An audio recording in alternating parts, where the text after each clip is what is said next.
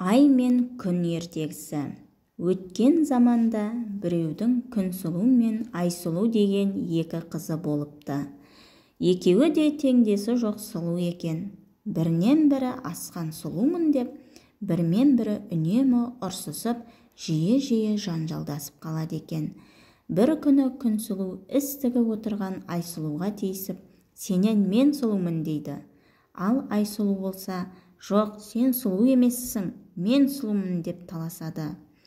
Ақыр аяғында бұл талас үлкен шатаққа айналады. Ыза қысып әбден ашуланған Күнсұлу өзіне қарсы келіп отырған Айсұлудың бетін тырнап алады.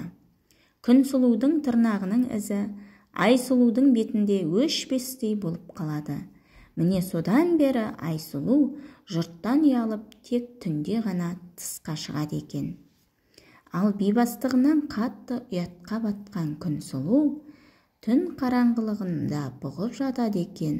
Содан бері Айсұлу мен Күнсұлу біріне бірі көрінбейді.